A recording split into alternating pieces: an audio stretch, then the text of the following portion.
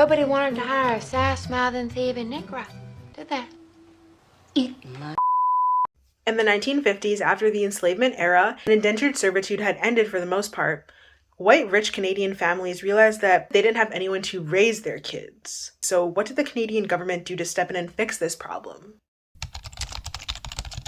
So in the 1950s, white women were entering all new sorts of working fields, and they left behind the domestic jobs like cooking, cleaning, taking care of kids, sewing, upkeep of the house, etc. All of those things that they were previously forced to participate in due to patriarchal standards, ideals, and because men were running things. Disgusting. These positions were the lowest paying in the country if they were paid at all, and it was literally the least valued job that you could do as a woman, so they didn't want to do it. So when white men and white women do not want to do a job and patriarchy excludes all others from really doing that job, the government was like, yeah, we'll just get some more Black Caribbean women because that's where we got them from during the enslavement period for the most part, to take care of our homes and children. The government turned to the West Indies and relied very heavily on the countries of Trinidad and Tobago, Guyana, Jamaica, Dominica, St. Lucia, Grenada, Puerto Rico, San Domingo, and Barbados for this new supply of labor. This was seen as a legitimate proposal because Canada was colonized by the British, and many Caribbean countries were also colonized by the British, and so they were loyal to the same colonizing force at this point, but not necessarily by choice like Canada. Many of the Caribbean nations' loyalty is by force. But they told the public that this was going to improve trading relations. So basically, the islands hold a lot of natural resources and inherent wealth that the Canadian government wanted to access in order to exploit for their own benefit. Their resources obviously include natural resources, but also their labor supply, both things that Canada continues to exploit to this day. The government framed this exploitation of labor as an amazing opportunity for Black women to come to Canada through an opportunity that they likely would not have been given otherwise. So the West Indian Domestic Scheme, and that's its official name. The fact that even the government called it a scheme is just ew to me. Like, I know that's a legitimate word to use, but to me it just proves that they knew that they were doing some nasty, fraudulent stuff here. But it was officially implemented by the Department of Citizenship and Immigration in 1955. This was one of the few, if only, opportunities for Caribbean women to come to Canada and potentially bring their families as well on a permanent basis. They came to Canada working on the prospect, the potential for citizenship, and a chance at a new Western life. Only after working for a year, they were granted landed immigrant status, putting them officially on the road to citizenship. And only after that, they were able to start bringing over their family members. The Canadian government advertised this as an amazing opportunity, and the Caribbean governments did the same. The Caribbean government actually had posters that were up all over the varying countries stating, "Remember, the West Indies relies on you to do your part towards the success of this scheme. If you fail, you will not only let down yourself, but your country. Oh, Lord. If you make good, you will be a credit to your country and contribute towards the continuation of this scheme." This is a lot of pressure to be putting on women to go over and raise somebody else's family. The plan was originally to bring over only 100 women to work in a few select, very wealthy homes. The demand, however, was much higher once word got out about the program, so they had to bring over a lot more. Approximately 3,000 women ended up coming to Canada through the West Indian Domestic Scheme. They intentionally limited the amount of women who could come from each country, and I think that they did this to ensure that any previous friendships or relationships built up between the women wouldn't cross over when they came. The women who were selected to be a part of the scheme lived in upper class, upper middle class, and middle class homes and environments. A domestic presence was a sort of status symbol. The higher their wage, the higher status their employer had amongst their peers, and they would use that to flex on each other. I cannot, ew. This wouldn't necessarily benefit the domestic worker in any way, but it was just to assert that their employers were better than everybody else, like for the employers to assert that to their friend groups, which I thought is stupid, but It's how things worked, I guess. Ugh, disgusted. I want to make it so expeditiously clear that these women would have lived very comfortable lives had they stayed in their home countries, but it was painted like such an amazing opportunity in a brand new and beautiful land. It was also painted as something that they had to do to serve their country. And it was also very enticing. Like, it was a very enticing offer, I'm not gonna lie. So I do not blame these women at all for signing up and wanting to participate in the scheme. Their governments, like I mentioned before, they framed it as if they were heavily relying on these women, as if signing up was their duty, it was their obligation. They just had to do this. In order for women to be eligible for the program, they had to be between the ages of 18 and 35. They had to have at least an 8th grade education. They had to undergo 2 weeks of super intense training. I couldn't figure out what this training entails or what exactly made it so intense, but it was just said to be quite intense. The women had to be single, or at least appear single. They were not allowed to bring friends or family over with them. They had to come completely alone. They also had no say in where they were going. The women had to be in good health, quote unquote. They had to undergo extremely invasive and intrusive testing for venereal diseases. Sorry, what? I'm sorry. What? I'm sorry. What? I'm sorry. What? Like what? What? Now, the racism here is loud, okay? It's loud. But this is an age-old Canadian practice. The Canadian government historically has subjected Black people to unnecessarily tough and invasive medical testing to determine their eligibility to enter the country. We actually discussed this in the last Black History episode where we talked about the Black ban on immigration, and we've also discussed this before in the Amber Valley episode. I also don't see how this would be a determination as to whether they were in good health or not. Venereal diseases or STIs or STDs or things of that nature, it very much seems like they were using this as a way to insinuate that some women were dirty, but also the only reason you would really test for something like this is if you knew that these women were going to be sexually active almost immediately after they got to the country. So that leaves the question of who were they going to be sexually active with, aside from the people in the family who brought them over, the men who were paying their wages. I know I ain't crazy. Applicants who met those requirements were shortlisted, and they were interviewed once a year by Canadian immigrant officials who visited the islands. These people, in my opinion, it very much seemed like they were more focused on their looks and their perceived credentials. They didn't care about much else than this, and they didn't really do anything to get these women ready for what their lives would be like once they made the move. They were told nothing about the climate, how to navigate getting around, literally nothing at all that was genuinely useful. They were told nothing about the dangerous, unsafe, and overall difficult working conditions, and of course the racism or the varying forms of racial discrimination that they were about to endure. They also did not inform women of scammers who would be looking to take advantage of them. An example of this was a woman named Jean who came from Jamaica through this very program, was tricked into something called installment buying. The salesman lied about how much his products were and then told Jean that she could just pay as she wanted, whenever she wanted. This sounded great, and Jean had never heard of something like this before, so she decided to buy a lot of stuff and send it back home for her family.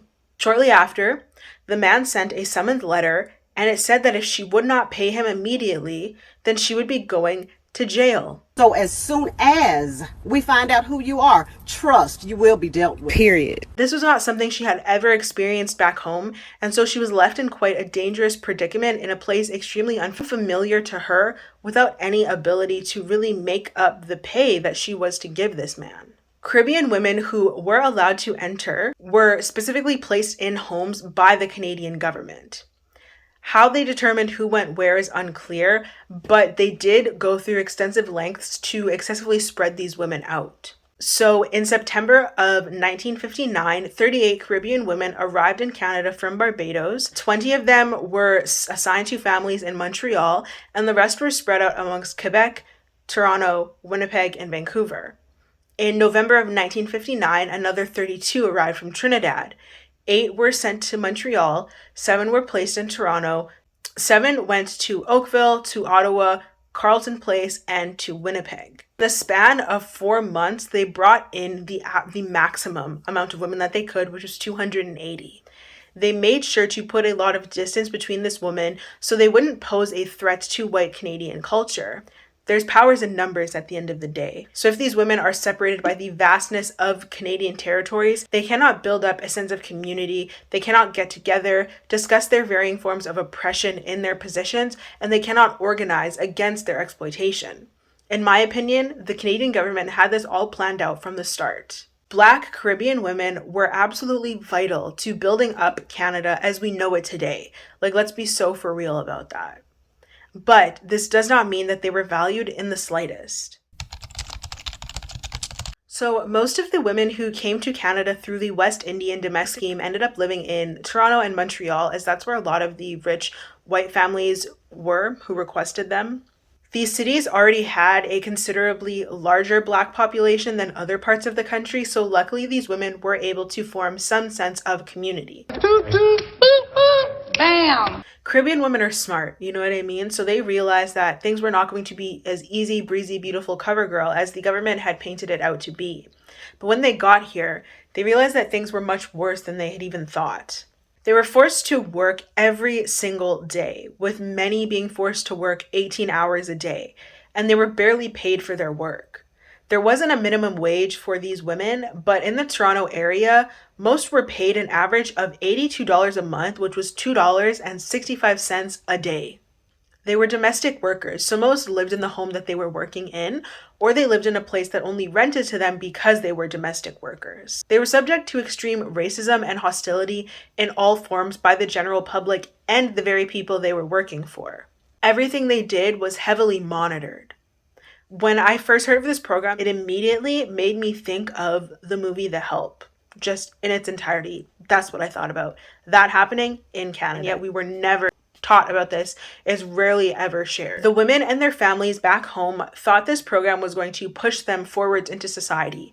And for a lot of them, for most of them, I'd say, all it did was hold them back. These women were working such ridiculous hours and being forced to do such strenuous work that there was no real opportunity for them to build up a sense of community the same way that West Indian people tend to do regardless of where they're located. But because the Canadian government intentionally spread them out, and even when they were in the same cities, it was very rare for more than a few, like maybe more than 2 or 3, to be in the same neighborhood or in neighboring communities. They were super isolated, and this understandably would only lead to mental health issues. Some women were able to form strong connections and community with one another, despite the clear attempts to make sure that did not happen. It was extremely rare. I didn't read any incident of this occurring where domestic workers, more than one domestic worker, were hired by the same family, so they did not live in the same house as other workers either. So the racism that they faced could only make this experience that much more isolating. Melissa Rowe, a woman who came to Canada through this program, said, "You do what you need to do in order to support your family, and that's why I was going." That's what all of us who came here we're trying to do, is look for a better life for us and our families. An unnamed woman who was a part of this program was interviewed by Maclean's magazine in an article that was published on November 4th of 1961. She was from Jamaica, and in 1959, she was one of 66 women who were selected out of a pool of 1,500 to come over through this scheme. She worked for a family of 4. There was a mother and a father and 2 children.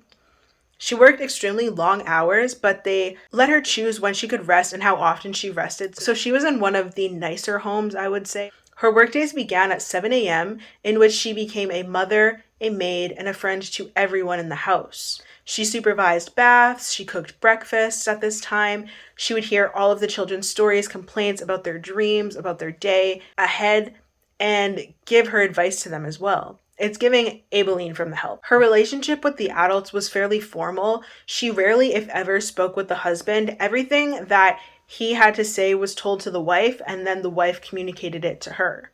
She was to do everything but clean the windows.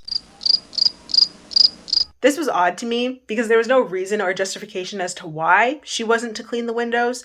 But I think it's likely just because the family didn't want her to be seen, really, because what other reason could it be? Like, why would she be responsible for cleaning everything in the house but this? Once the evening hit, she would meet up with the kids again. She would feed everybody. And while she tends to the kids who were eating dinner in the kitchen, she would also tend to the parents who were eating dinner in the dining room. When everyone's done, she cleans up. and then usually at around 8 p.m., she would head up to her apartment. She was earning $145 a month, which was about $475 a day. She had only received a raise one time, and it was for $10 a month. It came after a brief scuffle with the wife of the family. The wife made a very vague and broad promise about a raise, but never took initiative to implement it. When the woman reminded her about the raise, the wife replied with, "You probably don't know that Sonic top-class servants don't ever get that much." No ma'am. No ma'am. No ma'am. This statement was a big no. Like, if you know anything at all about Caribbean women, we don't take kindly to disrespect, especially when that disrespect is right in our faces about their work. And this woman obviously took a lot of pride in her work. Like, she's literally raising your children. So she asked the wife, like, "What do you mean top class? Please answer me this question. Are you satisfied with my work or not?" The wife kind of like cowered, and she was like, "Yeah, you work quite well." And the woman said, "Then don't ever talk about top class to me again." Oh! And that's on period. The raise was granted, and the conversation was never brought up again, nor was anything mentioned about her work ethic or anything else along those lines, so the wife learned her lesson that day. When the Maclean's reporter asked her if she liked working there, she said that it was comfortable, but it was lonely. She kind of lived with the family that she worked for, but not really, and I'm going to explain what that means. So she had a 2-bedroom apartment that was on the 3rd floor of the family home, so she lived with them, but she didn't. It was a self-contained unit that had carpet all throughout to soundproof it as much as possible. It was furnished with a television, radio, reading materials that the family was ready to throw away, and so they gave it to her, and she had a sewing machine in the corner. Now, they soundproofed it, obviously, so they couldn't hear what she was doing up there, but because it was at the 3rd floor of the family home, she wasn't able to have people over or like invite anyone over, any male suitors, any female suitors, whatever her deal was. She couldn't really have friends over because they would have to walk through the family home to get there, and that just wasn't okay. So I can only imagine how much more isolating that would have been. After work, she was free to go wherever she wanted. She was one of the lucky women who had other domestic workers who were her friends, but by the time she's done work and like if she were to shower and all of those things would already be after 8 p.m. and her friends don't really live nearby. She couldn't walk that far to hang out with them, then walk back and be well rested enough to continue her mandatory duties the next day. Or she would have to spend a day's pay in transportation alone, so that just didn't seem worth it. But above all else, she knew that it wasn't safe for her to go out at night. So she primarily stayed inside where she reads or she sews.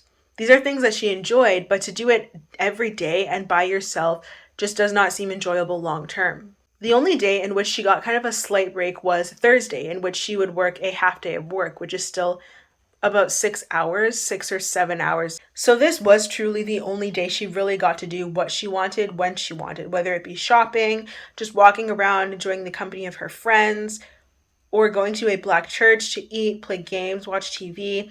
But above all else, build up a sense of community and be around folks who looked like you and understood you on a deeper level for the first time in a long time.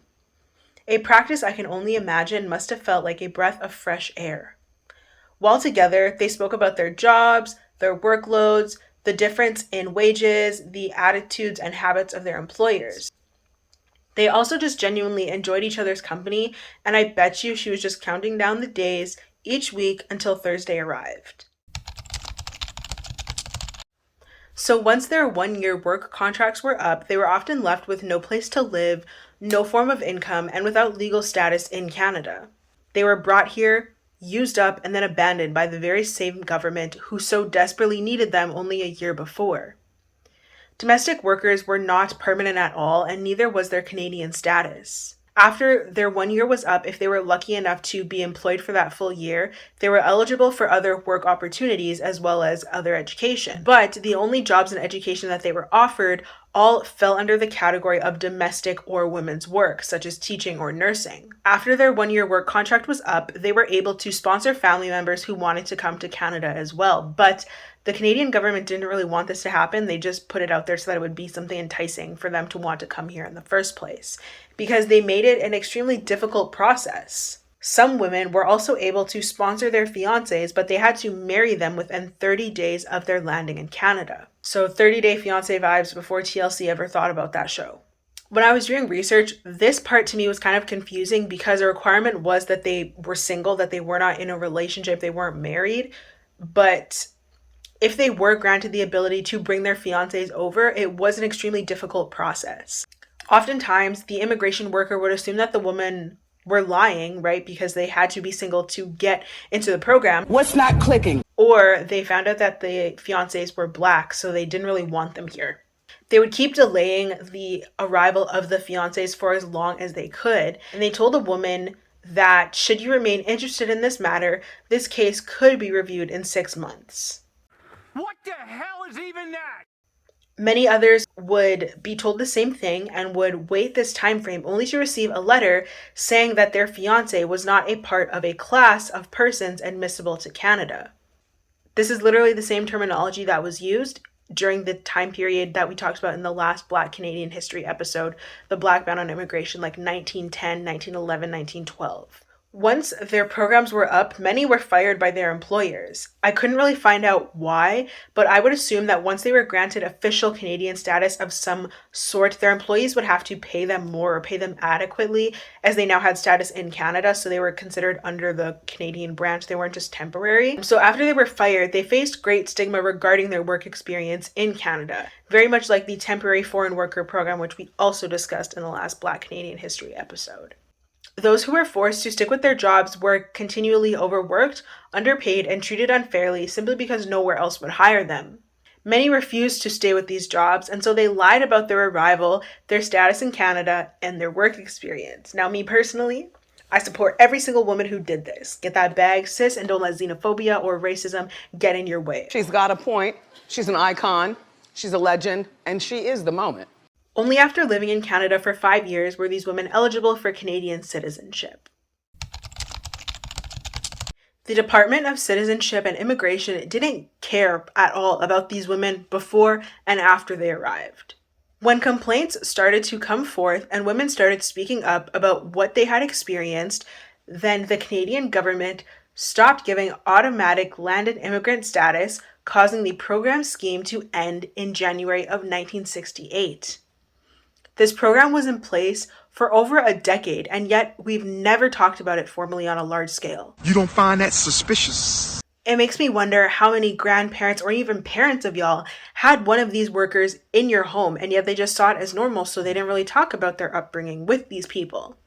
Because it wasn't that long ago, like we're talking 1950s, 1960s, like. West Indian women continued and continue to come to Canada as domestic workers using temporary employment visas. So basically, the program is still going on to this day, but the government tweaked it so that they were able to send them back whenever they wanted.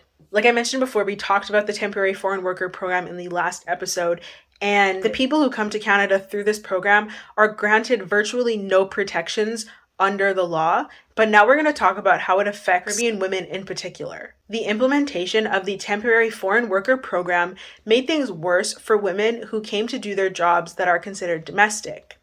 Their status and sponsorship is now completely dependent on their employers.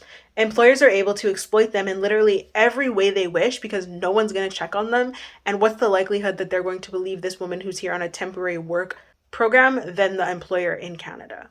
The women now often find themselves working longer hours, they are paid less, and they have harsher working conditions than they did when the scheme first launched. Women who work in Canada through the TFW program, they likely do not want to make any formal complaints or make any complaints at all because they don't want to risk their job or risk their potential status here.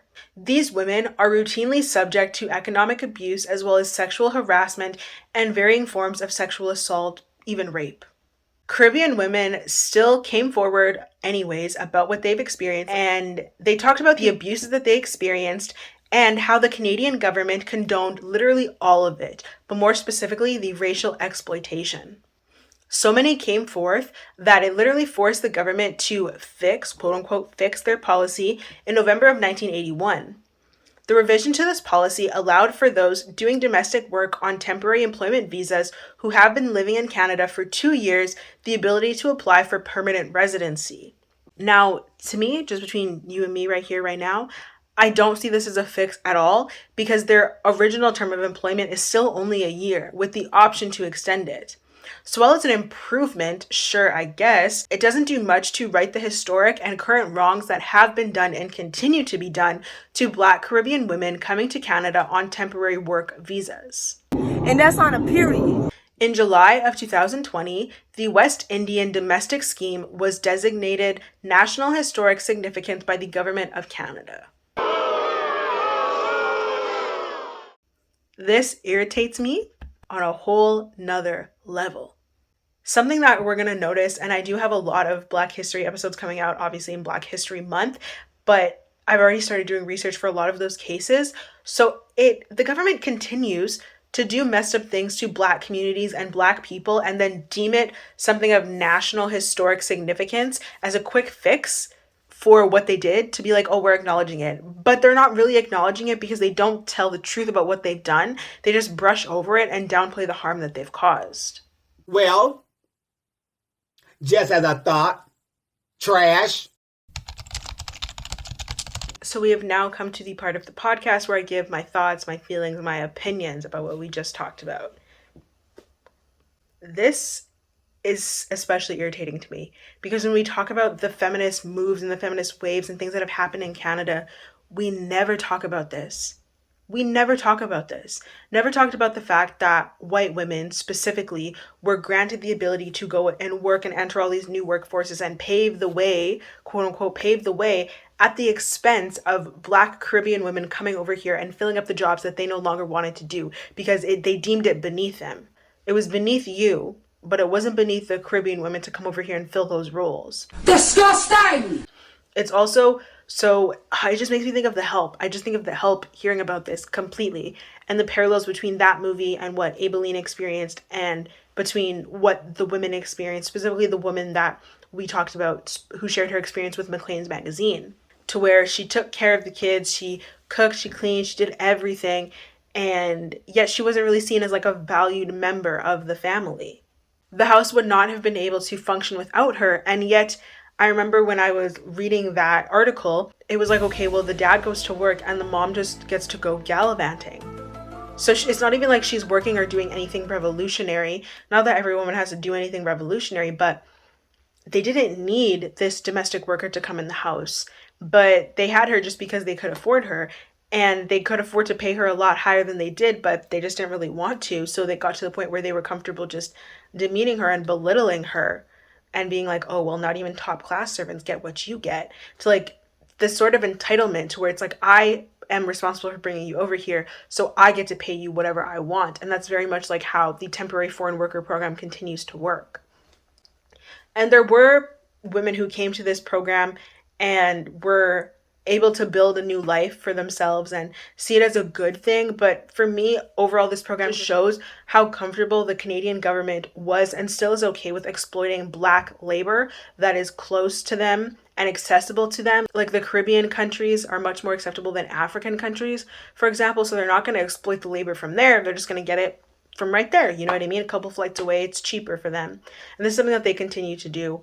So I just think that it's very telling on the pole of white Canadian feminism and white Canadian feminist waves where Black women stand on that. And I do think that this program needs to be talked about more formally when discussing the things that white women were able to accomplish off of the backs of Black women. And the fact that Black women continue to raise these people's kids and keep Canada functioning, essentially, because if these women never came over, I can only imagine what this time period would have been like in terms of upkeeping of the home, raising of the kids, even just keeping husbands happy, because that was still kind of the whole vibe of this time period. So this program needs to be talked about a lot more. And I wish the Canadian government would stop deeming things of national historic significance when they're still doing it to this day, or do it without fully acknowledging what they did. Like, you can't be like, yes, this is of national historic significance because these women came over and they really helped us out, because that's not what the program was. Like, if you want to talk about it, let's talk about it. And if you don't, then don't acknowledge it and be fake and phony. If you enjoyed this episode learning about Black Canadian history with me, then consider watching the rest of this playlist where you can learn even more about the real Black Canadian history they don't want to teach us. And if you are listening, then make sure to listen to one of the many episodes that I have about Black history. For those of you who are celebrating the holidays, I wish you a happy holiday. And those who this is a hard time for, sending you all my love. And I'm glad that you're spending this time with me. Podcast episodes come out every single Sunday. Thank you so much for joining me, and I hope to see you next week.